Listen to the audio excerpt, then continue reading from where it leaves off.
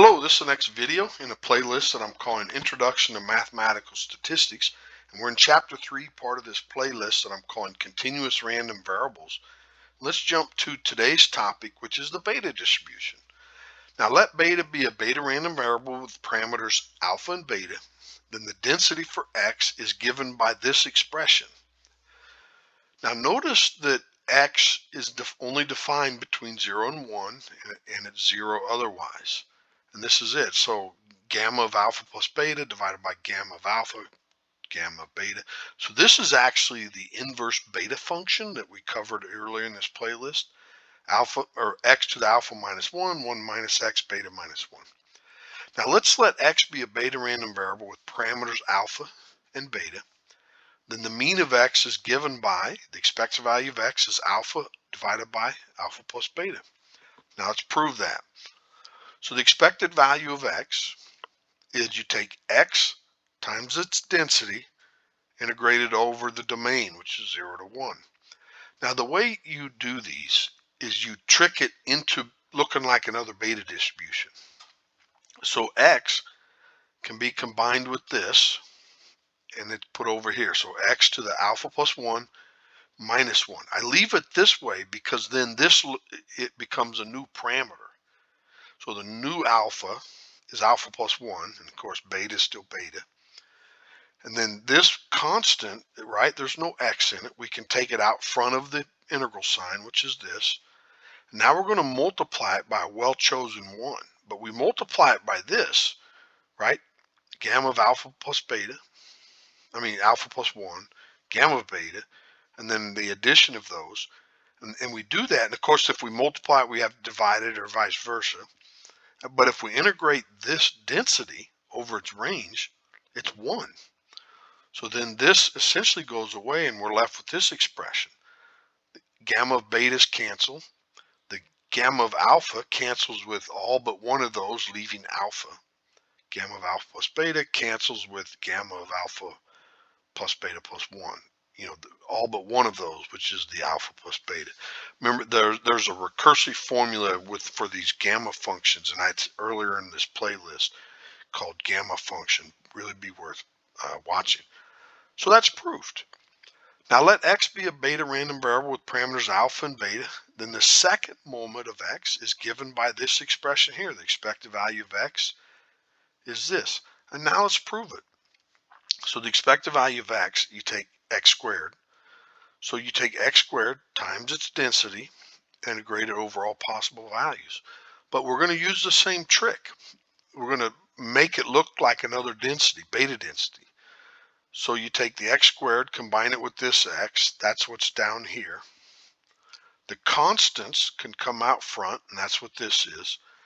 Now we're going to multiply it times a well-chosen constant to make this integrate to 1. But if we multiply it, then we have to divide it, so we're multiplying by a well-chosen 1.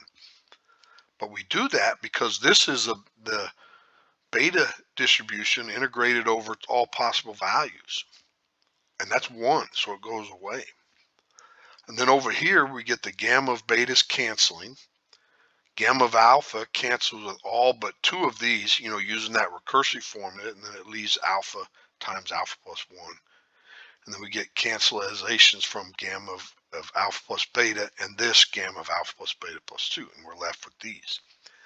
But now, with those 2 pieces of information, we can quickly calculate the variance. So let x be a beta random variable with parameters alpha and beta. Then the variance of x is given by this expression here. And the proof is the variance of x is equal to the expected value of x squared minus the expected value of x quantity squared. So we plug in those values that we calculated previously. We simplify, so I'm going to let that step be homework, and then we're left with the answer. And so it's proven. Now this example we're going to do is actually kind of neat.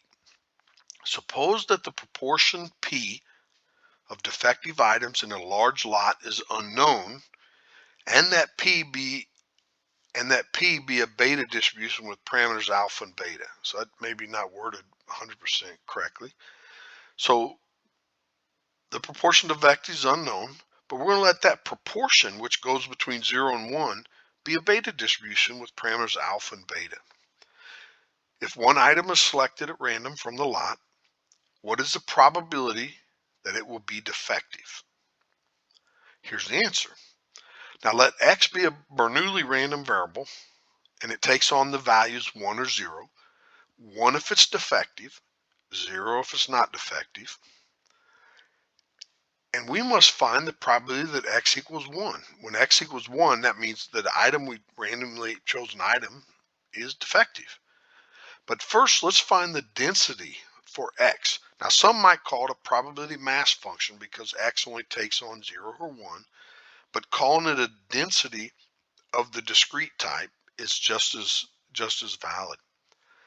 So the density f of x is what we want to find. Now, there's a trick that's used over and over and over in statistics is you introduce another variable, but integrate it out over all possible values. And then this joint density, if you do that, it's actually finding the marginal density of the variable that you didn't integrate out. And now when we get into joint distributions, we'll talk more about that. But for now, that's a technique that's so used. Well, this f of xp, it's considered an intersection in there. So f of x and p. So which is intersection. So you can use the conditional probability to find this.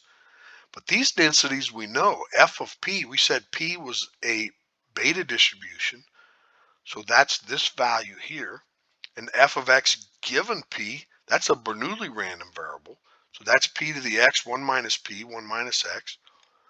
So we can combine the p's, and then we combine the 1 minus p's. And now notice that I write it like this. I always say minus 1, because I'm trying to trick this into looking like another beta distribution. So where the parameter is alpha plus x, and here the beta, the new beta is beta plus 1 minus x. Well, we don't have the right constant, so let's take that out front, and then let's multiply by a well-chosen 1, and we'll put the right constants here such that that integrates to 1, and we remove it. And the constants that we had to, these are the constants, the reciprocal of it was put in for the integral, or, to normalize it to integrate to 1. So this is it. So this is actually the density for x. See the little x here? Well, our goal was to find f of 1. That means the probability that x equals 1. Well, you stick in 1 wherever there's an x, right? So, and that's what we do. And then we get some cancelizations. The gamma of beta cancel, and we get one cancellation here leaving alpha, and we get a cancellation here leaving alpha plus beta. And that's it. That's the probability. It's alpha over alpha plus beta. And it ends up being the average value for a beta distribution, but that's sort of a side topic. Now let's set this up in R. And this R function is actually pretty cool. Now, one note before we start, if we draw a sample of size 1, and then whether it's defective or not is a Bernoulli random variable. But if we draw a sample of size n, and then we want to find the probability that so many are defective, some number, that's a binomial random variable. And that's what we're going to do our program for the general case. So the number of defectives, at least we're going to find the density for the number of defectives. So we need parameters alpha and beta. I just call them A and B. And n is our sample size. And the density of x is where we're going to store the probabilities for the density. And that'll make sense in a second. So we cycle through each possible value of k, right? There could be 0 defectives, 1 defectives, 2 defectives, up to n defectives. And then we integrate this beta density times the binomial density over all possible values for p, which is 0 to 1.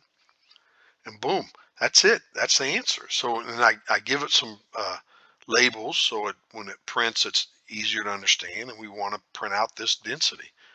So notice up here that we're integrating a beta distribution and in this case, it's a Bernoulli, but in the general case, it's a binomial.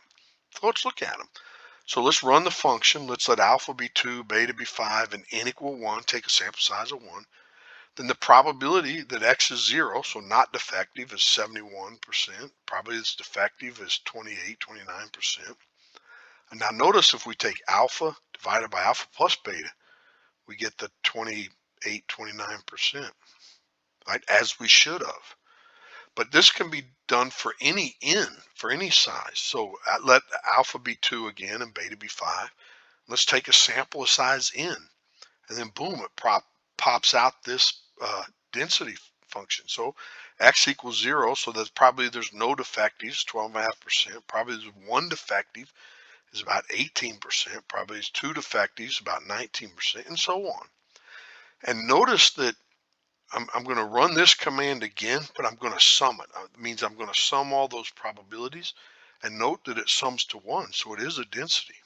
Okay, so we just went over 10 minutes. I'm going to stop. The next video I think is going to be on the Weibull distribution. So I hope you enjoyed this. I sure did. Please like the video and subscribe so you don't miss the next one. Thanks. Bye.